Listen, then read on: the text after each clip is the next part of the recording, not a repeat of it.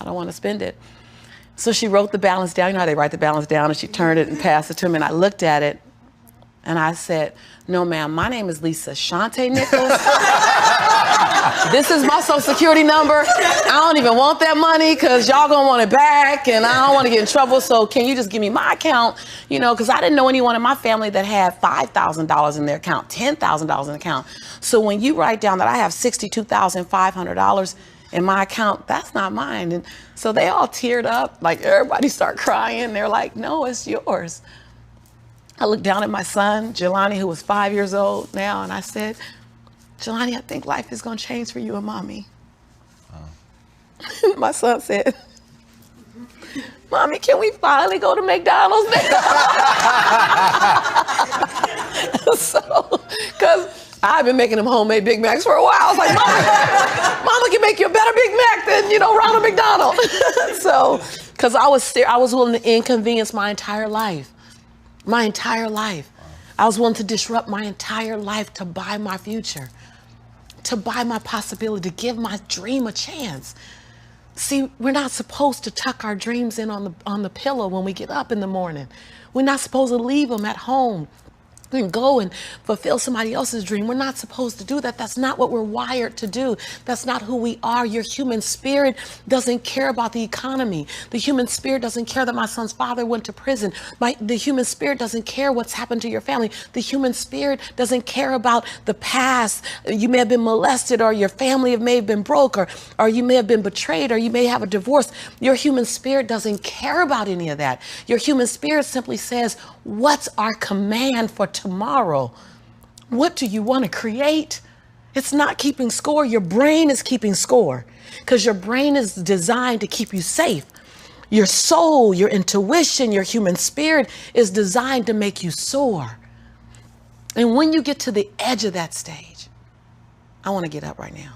Can I get up right now? You do whatever you want. Okay. Think I'm going to tell Lisa Nichols no? Come on now. When you get to the edge, your brain will always tell you to step back. It's always going to tell you to step back, because you can fall. Always. It's going to tell you to step back, because before you fell, the last time you did this, you saw someone else fail. You could hurt. You could be off work. It's going to tell you. It's designed to keep you safe. So you have to be willing to play between your brain and your soul. And on some days, you got to just listen to your soul. And you got to say, I'm going to leap. I'm going to get to the edge. Most people are at the edge, and you're standing at the edge, and you're watching everyone else fly.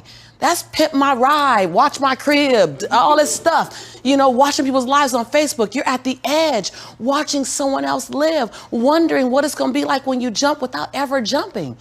And I'm just here to tell you, jump. Because only three things can happen. You're either going to jump and fly, or you're going to jump and fall on something soft, or you're going to fall down hard. Either way, you're going to get back up. You already know you got what it takes to get back up. Your greatest fear is not that you will fall. Your greatest fear is that you will live a full life and never fly, that you never leaped. You're not afraid of dying. You're afraid of dying before the world sees who you really are, before they really get your fingerprint, before they really feel your breath, before they really get your contribution, before they really feel you. That's what you don't want to happen. You don't want to leave this place without us knowing you were here. All I'm doing is giving my dream a chance. And I'm not extraordinary. You don't get off the hook. You don't get to be let off the hook. I'm an ordinary woman who chooses every day to make one more extraordinary decision. Yeah, you're a grinder. Yeah, right? Like fucking...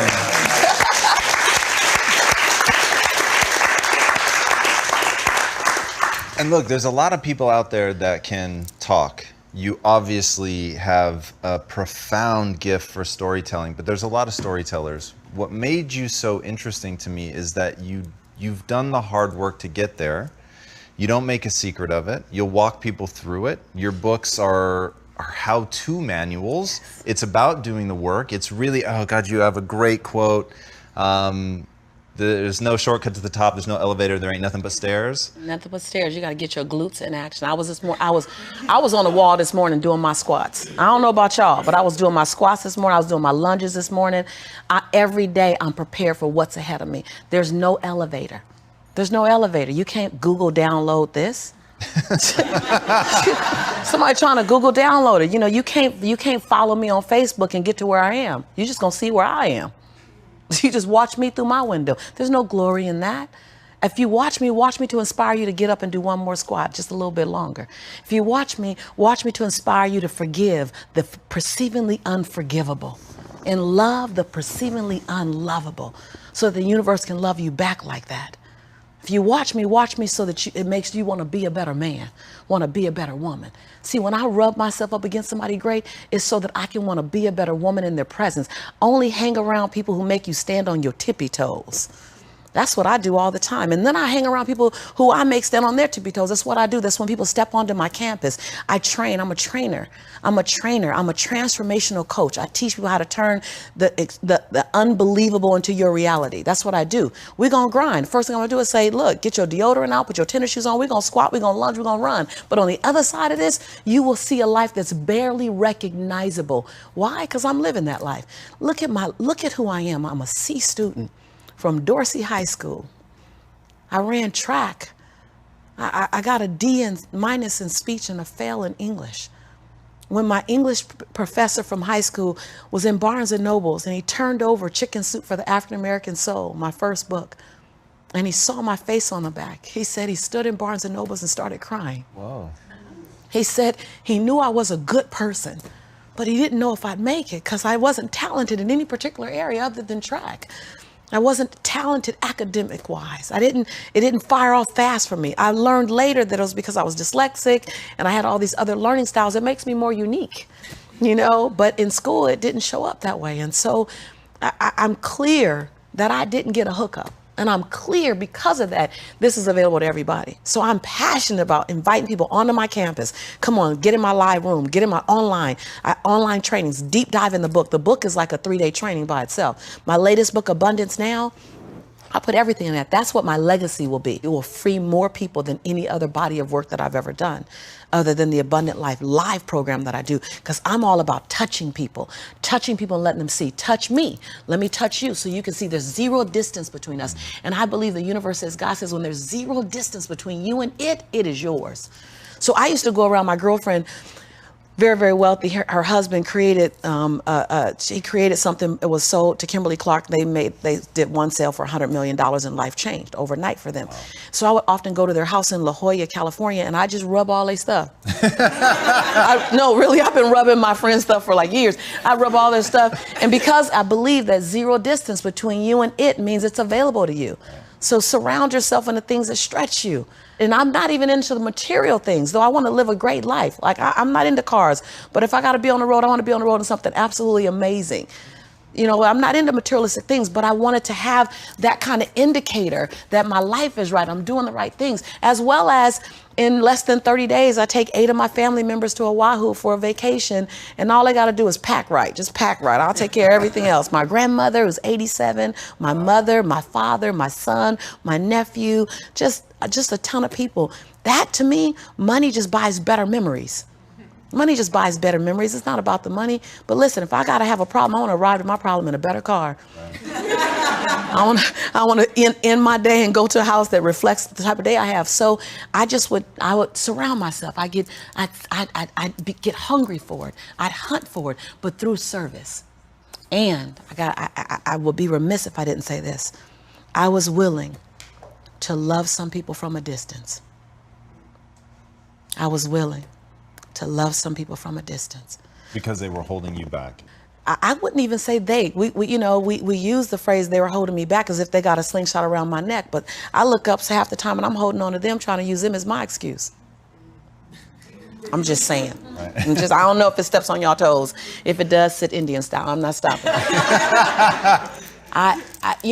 Because I could use my son. Well, I don't want to leave my son. I can use my family. They're not holding on to me. I'm holding on to them. I'm using them as an excuse to not play full out because I'm afraid if I go to the edge, I might fall. No. My son, when he was 8 years old, he said, Mommy, when you go to the faraway places that I can't go to, that I can't call you at, I get really sad. Please don't go. I could have stopped then when he was 8. But instead, I took him out of a public school, put him in a private school, went to the principal of the private school and said, I'd like to enroll my son, but let me tell you what we're going to do here. When I leave and I go away real far where he can't call me, we're going to distance learn him together. And you're going to send him away with a packet of homework, and I'm going to FedEx that homework back to you. She says, Ms. Nichols, we don't have such a program. I said, oh, I'm happy to help you co-create it.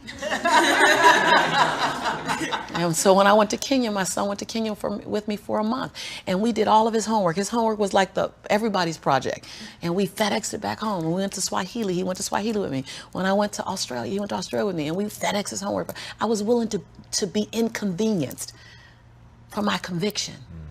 Like, if you go where you've never gone, do what you've never done, and say what you've never said, you'll become the woman and the man you've always known yourself to be. You're trying to be someone new doing the same thing you've done, or at least going to the edge. And because most people live in the center, Tom, when you're on the edge, you feel the breeze on your cheek and you think you did something. I mean, come on, like, right, oh, you're at the edge of the box. No, I want to be out of the box. There's no box. Like, I came here to disrupt everyone watching me, to make sleeping and complacency difficult, to make you mildly to moderately to significantly uncomfortable in any form of mediocrity. I don't come to keep you comfortable. I don't come to rah-rah you. I don't come to kumbaya motivate. I come to disrupt your norm so that your abnormal can come out, so that your original can come out, your uncharted turf can come out. I come to disrupt any form of normal. And I do it with the freedom of being liked or not liked. Like, I love everyone here to like me. I love everyone here to like me. But my freedom is, if you don't like me, it ain't even my business. My grandma says, other people's perception of you ain't none of your business. It's your job to do the best you possible. And in doing you, you inspire us, because we're all trying to do each other. If you want me to give you Oprah, I will always undoubtedly fail you. But whenever you're interested, I do a damn good Lisa Nichols. I got her on lock.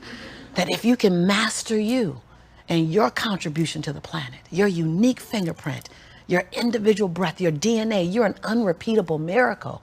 You are an unrepeatable miracle. Give me some of you. Give me your uniqueness. I'm just here to disrupt everybody's norm and give them my uniqueness, and hopefully inspire millions to do the same. And you may not always be able to monetize your passion.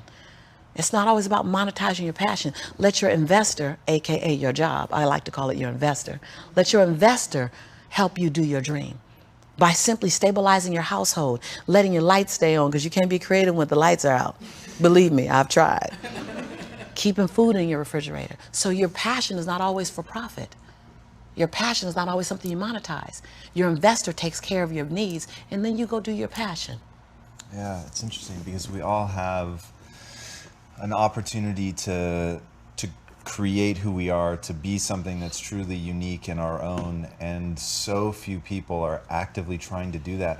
So walk me through, because what makes you special is you go way beyond just the motivation. What are you teaching Jelani about, like, what are the actual words or tools that you're giving him to be himself?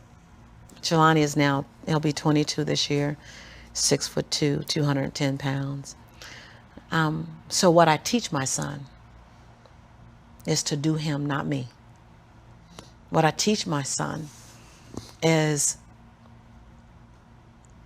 he's going to find his best lessons in his biggest mistakes. So don't be afraid of mistakes.